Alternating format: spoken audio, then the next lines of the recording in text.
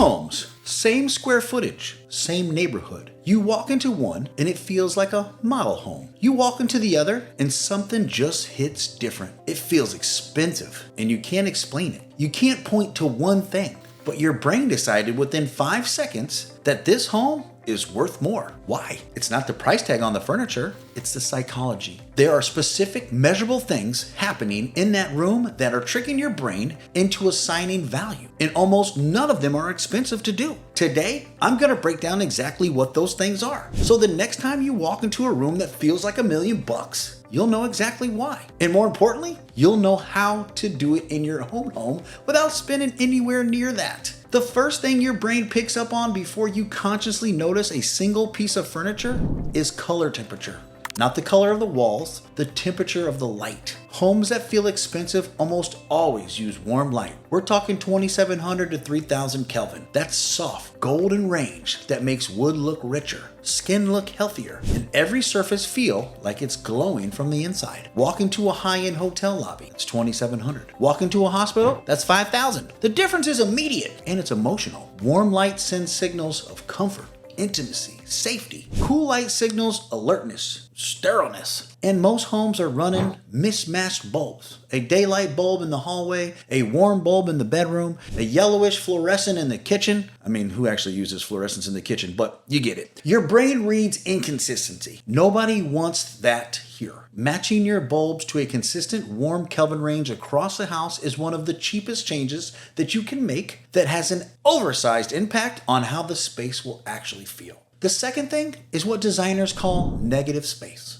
And it's one of the most misunderstood concepts in home design. Negative space isn't empty space, it's intentional space. It's the distance between your sofa and the wall, the gap between the objects on a shelf, the stretch of countertop that has nothing on it. When your brain sees space around an object, it assigns that object more importance. A single piece of art on a large wall with nothing else around it, it reads confident and curated. That same piece crammed into a gallery wall with 15 others reads, decoration. High-end hotels and luxury showrooms know this instinctively. They give every piece of furniture room to breathe. When your kitchen counter has 6 inches of clear space on either side of the coffee maker looks like it belongs there. When the counter is covered edge to edge, the whole room feels cramped and stressed. This is why cluttered homes never feel expensive, regardless of what's in them. And why a relatively modest home with fewer things placed deliberately can feel like it cost twice what it did. Now here's one that will surprise people. Shape. Your brain has a hardwired response to curves versus angles. Straight lines and sharp corners register as efficient, structured, utilitarian. Curves register as organic, inviting, and luxurious. This is why high-end furniture is full of rounded edges, arched doorways, oval dining tables, kidney-shaped sofas, freestanding tubs with soft contours.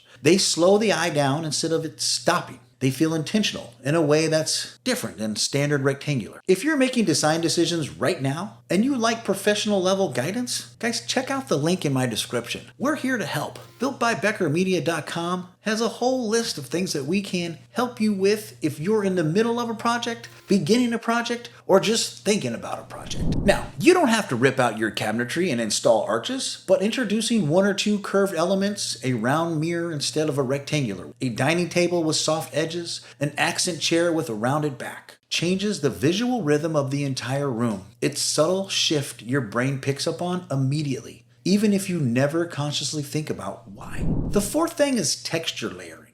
And this might be the single biggest gap between homes that look fine and homes that feel expensive. A room with 1 texture feels flat. A room with 3 or 4 textures feels designed. Think about what your luxury hotel room has. Linen bedding, a velvet throw, a leather bench at the foot of the bed, wood on the nightstand, brushed metal on the lamp. Each material catches light differently, reacts differently, feels different to the touch. Your brain processes all of that simultaneously, and the result is depth. The room feels rich because there's literally more sensory information for your eyes to take on. Most homes default to 1 or 2 textures. The same fabric on the sofa, the chairs, and the pillows. The same finish on every piece of hardware. That consistency reads as uniform, not cohesive. The fix isn't buying more expensive things, it's mixing the finishes and the fabrics you already have so there's some contrast. Smooth next to rough, matte next to glossy, soft next to structured. That contrast is what your brain registers as luxury. The last one is the one that ties all of this together, and that's the simplest to understand: